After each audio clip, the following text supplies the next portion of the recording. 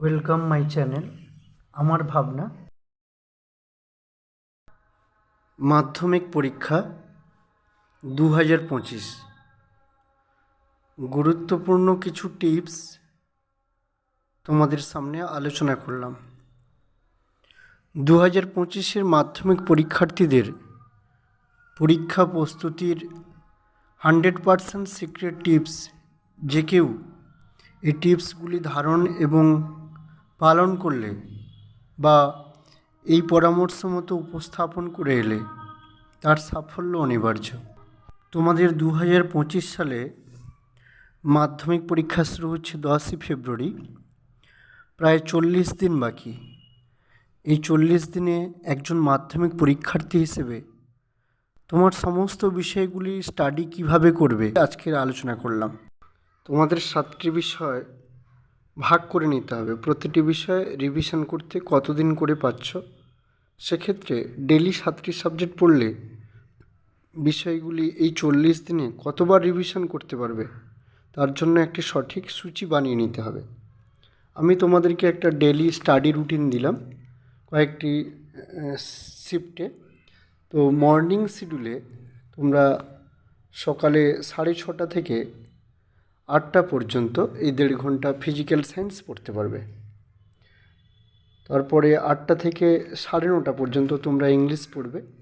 যেহেতু এই দুটি সাবজেক্ট অত্যন্ত কঠিন হয়, তাই বেশি সময় নিয়ে পড়া প্রয়োজন।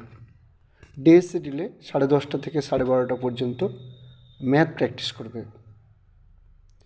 আফটারনুন শিডিউলে 2টো থেকে 3:30 বা 4টে পর্যন্ত তোমরা লাইফ সায়েন্স পড়বে।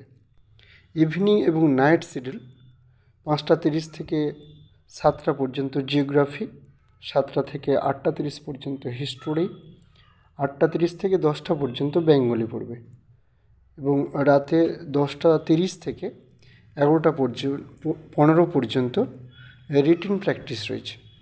প্রত্যেক দিন কোনো না কোনো সাবজেক্ট তোমাকে 45 মিনিট ধরে লেখা প্র্যাকটিস করতে হবে। যেহেতু তোমাদের এক্সাম পদ্ধতি রিটিন মেথডে, সেহেতু লেখা প্র্যাকটিস করা অবশ্যই প্রয়োজন প্রত্যেকের ক্ষেত্রে।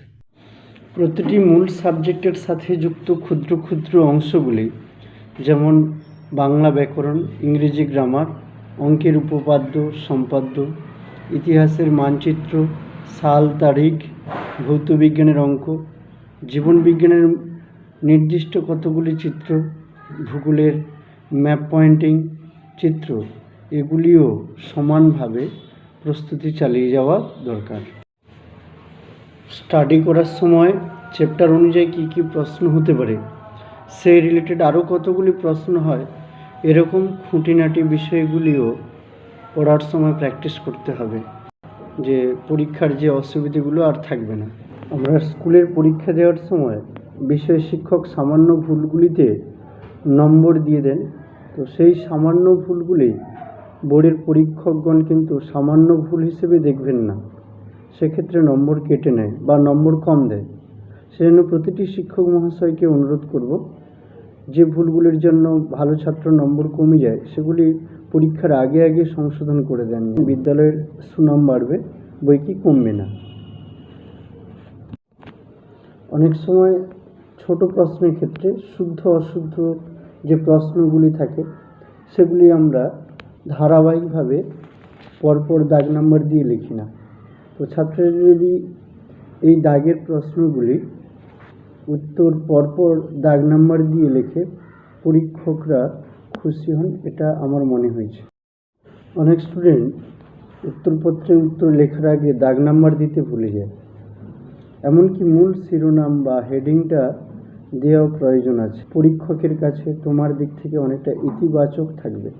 এছাড়া সাব পয়েন্টগুলি একটু হাইলাইট করে দিবে। শুধু তাই নয়, সাব পয়েন্ট কতগুলি লিখলে তা সিরিয়াল নাম্বার আকারে লিখলে ভালো হবে। প্রত্যেকে উত্তরপত্রে উত্তর লিখবে, তো সেক্ষেত্রে কিভাবে উত্তর লিখলে অন্যদের থেকে তুমি বেশি নম্বর পাবে। তো খাতায় উত্তর লেখার সময় একেবারে মাঝ বরাবর উত্তর লিখবে, বাম দিক এবং ডান দিক কিছুটা ছাড় দেবে। আর যদি কোনো উদ্ধৃতি বা উক্তি লিখতে হয় বা কোনো সূত্র বা তথ্য প্রয়োগ করো, তাহলে সেক্ষেত্রে ইনভাইটেড দিও এবং নিচে স্ট্রেট লাইন করে দেবে, তাতে তোমার খাতার গুণমান ও নাম্বার দুই বাড়বে। সর্বোপরি প্রতিটি বিষয় ভালো করে পড়তে হবে, জানতে হবে, তাহলে উত্তর লেখা অনেকটাই সহজ হবে। যার যেমন মান তার উত্তর তেমন লেখা উচিত। প্রশ্নের মান দেখে তার মতো উত্তর লেখো। কোনোভাবে 3 নম্বরের জন্য 2 পৃষ্ঠা উত্তর লেখার প্রয়োজন নেই, তাতে পরীক্ষকের দৃষ্টিভঙ্গি নেতিবাচক হয়ে যেতে পারে। সর্বশেষ বলি, ভালো পড়াশুনো করো, মাথা ঠান্ডা রাখো, ভালো উত্তর লিখতেই হবে, খাতায় উপস্থাপন খুব ভালো হতে হবে, দেখবে রেজাল্ট নিয়ে কোনো চাপে থাকতে হবে না। তোমাদের 2025-এ মাধ্যমিক পরীক্ষার জন্য শুভকামনা রইল। প্রত্যেকেই ভালো করে পরীক্ষা দাও এবং ভালো রেজাল্ট করো, দিয়ে ভবিষ্যতের পথ চলা সুন্দর ও সুগম করো।